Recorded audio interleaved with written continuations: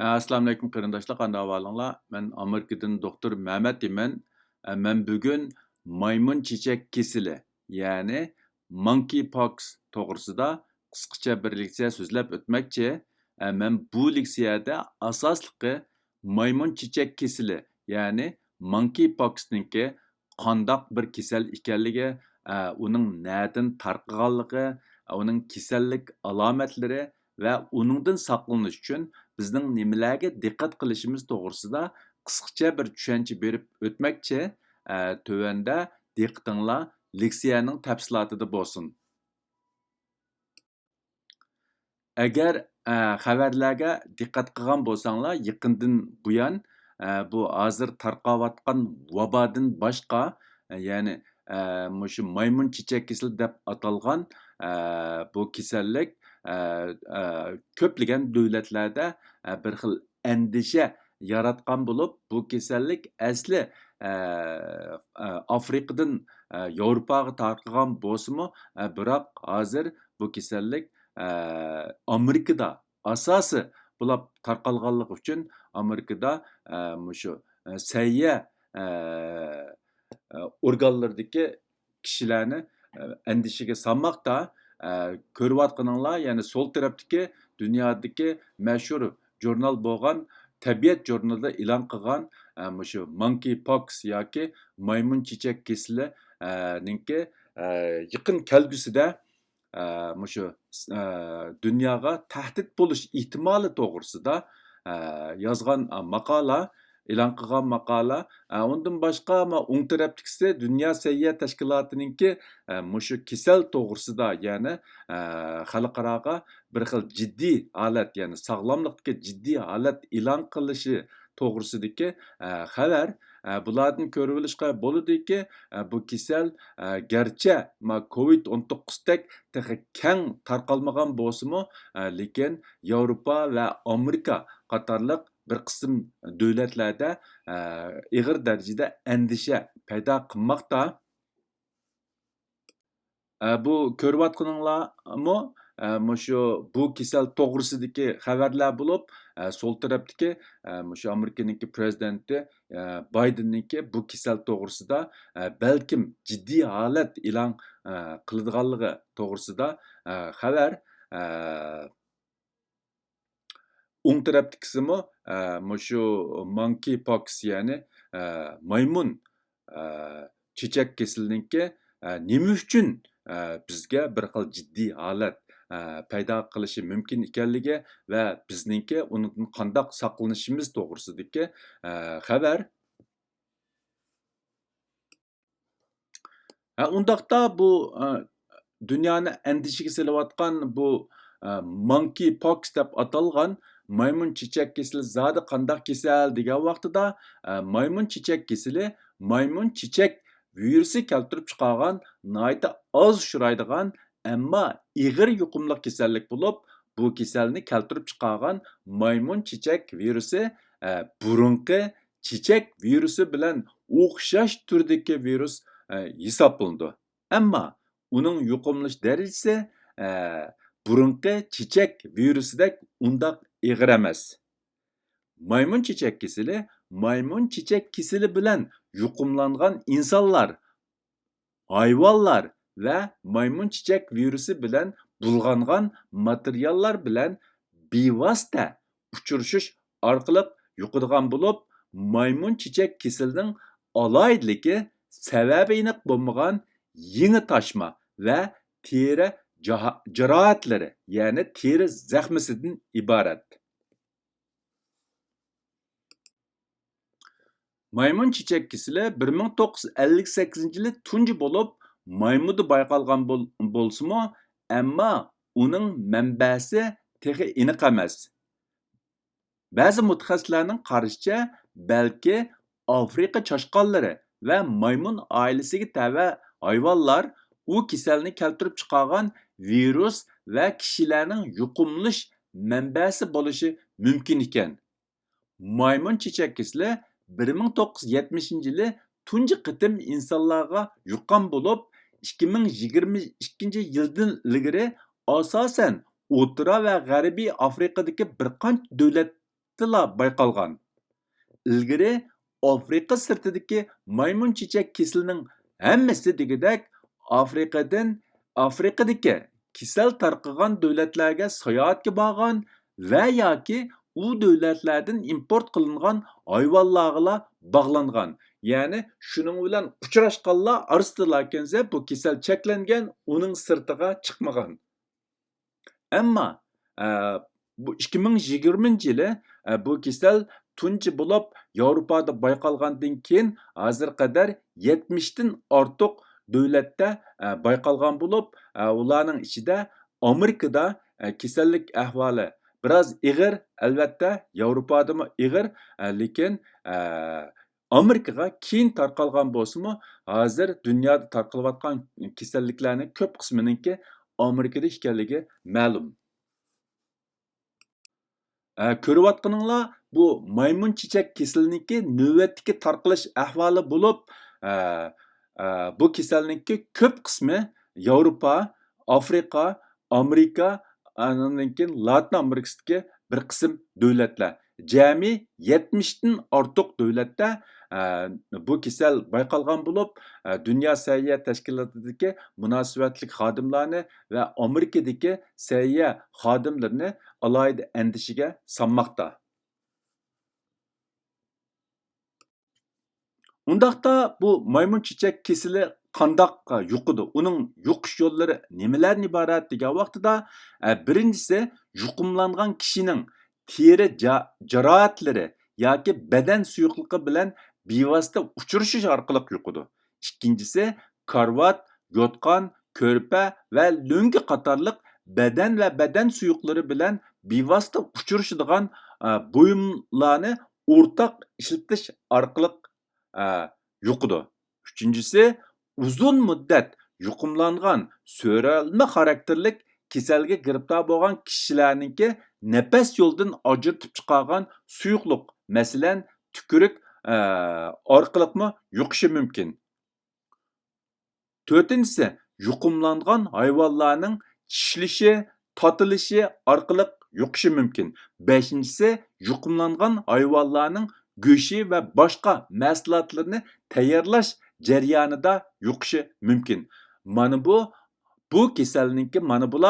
kasalningki asosliq yuqish yo'llari bo'lib, bu kasalning yuqish ahvoli hozir tarqayotgan bu COVID-19 bilan xilli farqli.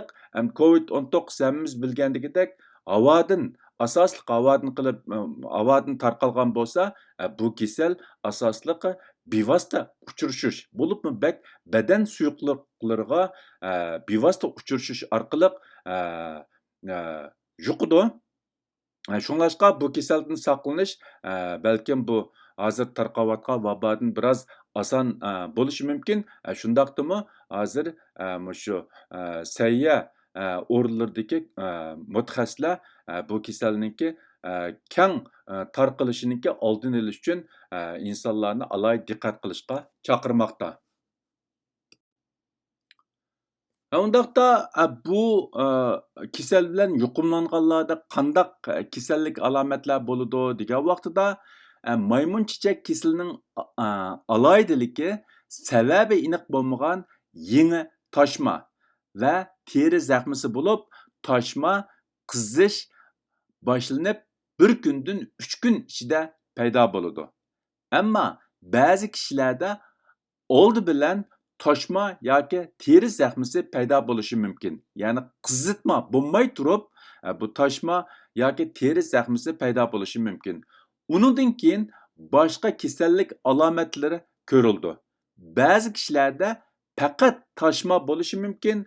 Oxirida qattiq, yumaloq, suyuqlik yoki yiring bilan to'lgan teri jarohatlariga, teri zaxmisiga aylanishi mumkin. Uningki asosliq kasal alomatlari nimalar degan vaqtida, birinchisi qizish, titrak besish, ikkinchisi toshma, qopartma va yoki teri zaxmisi. Uchinchisi limfa tugunchilarining ishib ketishi.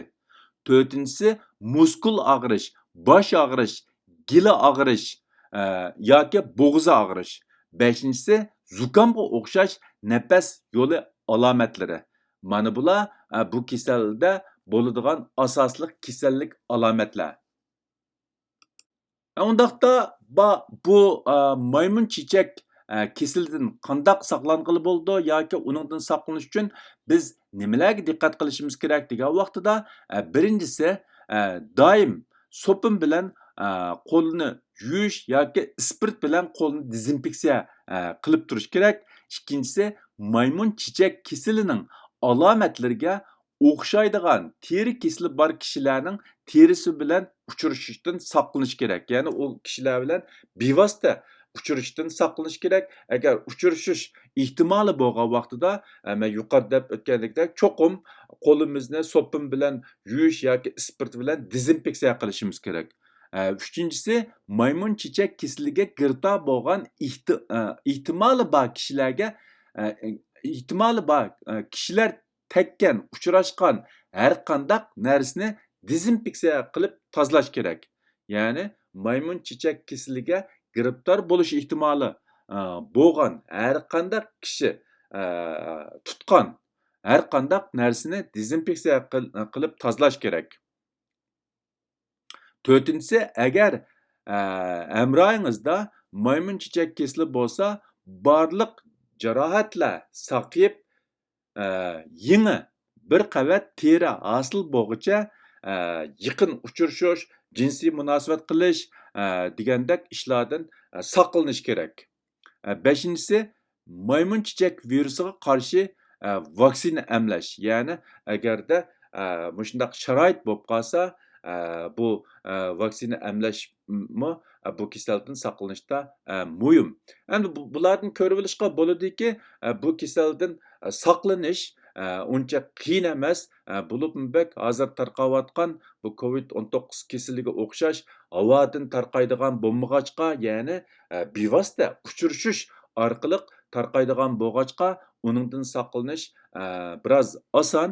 Ya'ni shu kasalga yuqumlanish ehtimoli bo'lgan kishilar bilan yaqin munosabat qilmagan vaqtida yoki ular ishlatgan narsalarni ishlatmagan vaqtida bu kasaldan tamoman saqlang'ili bo'ldi. Shundaqdimi hozir bu kasal biroz tez tarqayotganligi uchun munosabatlik mutaxassislar bu kasallikka keng tarqab ketishidan alohida andisha qilmoqda va bu to'g'risida tashviqotlarni xeli kuchaymoqda.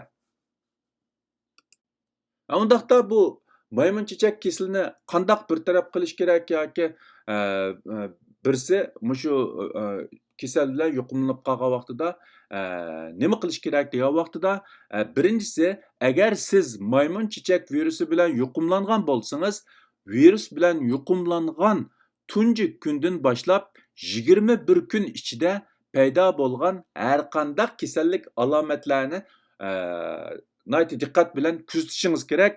Ikkinchisi, kuzatish mezgilida har kuni 2 qatim temperaturani o'lchash kerak. Uchinchisi, kasallik alomatlari ko'rilsa, darhol doktor bilan aloqalashish va boshqalardan yiroqlashish kerak. Ya'ni boshqalarga uchrashmaslik kerak. Ya'ni bu kasalni boshqalarga yuqtirib qo'yishdan saqlanish kerak. To'rtinchisi, maymun chechak kasaliga giriftor bo'lganlarning ko'pinchisi hech qanday davolash ilib bormasimi 2 haftadan 4 hafta ichida yaxshi bo'lib ketganligi uchun faqat o'zimizni shu kasalga giriftor bo'lganlar o'zini daldiga ilib boshqalarga yuqtirib qo'ymay alohida davolash ilib bormasimi saqib ketalaydi. 5-si maymun chechak kasalini davolashda hozircha unumli davolash usuli yo'q. Chechak virusiga qarshi dorilarni ishlatishga bo'ladi. Ya'ni garchi alohida unumli dori bo'lmasimi, mushu burun mavjud bo'lgan virusga qarshi dorilarni ishlatsa, belgilik unum berishi mumkin. 6-si maymun chechak kasaliga giriftor bo'lganlar yoki maymun chechak virusi bilan yuqumlanganlar kasal qo'zg'alishining oldini olish yoki kasallik alomatlarini yengillatish uchun vaksina emlasa bo'ladi. Ya'ni sharoiti borlar hatto yuqumlanish ehtimoli bo'lgandan keyin vaksina emlasimi kasallikka taraqqiy qilishni to'sab qolg'ili bo'ladi. Bulardan ko'rib olishga bo'ldiki, bu kasal hozir tarqayotgan COVID-19 undaq qo'rqinchli bo'lmasmi, lekin qisqa mezgil ichida bu kasal nurg'un davlatlarda tarqaganligi uchun munosabatlik mutaxassislar bu kasalga nisbatan alohida e'tibor berib, ya'ni hozir tarqayotgan vaboga qo'shilib, bu kasal tarqab ketsa, texmi yomon oqibat kelib chiqishi mumkin degan o'y bilan bu kasalga alohida e'tibor berib, ya'ni ikkinchi bir vaboninki dunyo iqtisodiy va kishilarning sog'lomligiga ziyon ilib kelishning oldini olish uchun ba'zi tashviqotlarni kuchaytmoqda. Shu sababdan menmu qarindoshlarni bu kasal to'g'risida ozroq xabardor qilish uchun bu leksiyani so'zlab o'tdim. Hammanglarninki diqqat berganinglarga ko'pdan ko'p rahmat. Endi iliqi ba'zi kasalliklarni biz oldin xabarlansak, ularga nisbatan ba'zi savodlarga ega bo'lsak, biz ulardan texmi yaxshi saqlana olishimiz mumkin. Shunglashqa bu garchi bizga bevosita tahdid ilib kelmagan bo'lsa-mu, lekin bizga tahdid ilib kelish ehtimoli bo'lganligi uchun bu jihatda qarindoshlarga ozroq savod yuzida bu leksiyani so'zlab o'tdim. Hammanglarning diqqat berganinglarga ko'pdan ko'p rahmat. Oxirida hammanglarning tininglarga salomatlik tilayman. Ko'rishishga omon bo'linglar. Xayr xo'sh, Xudoga omonat.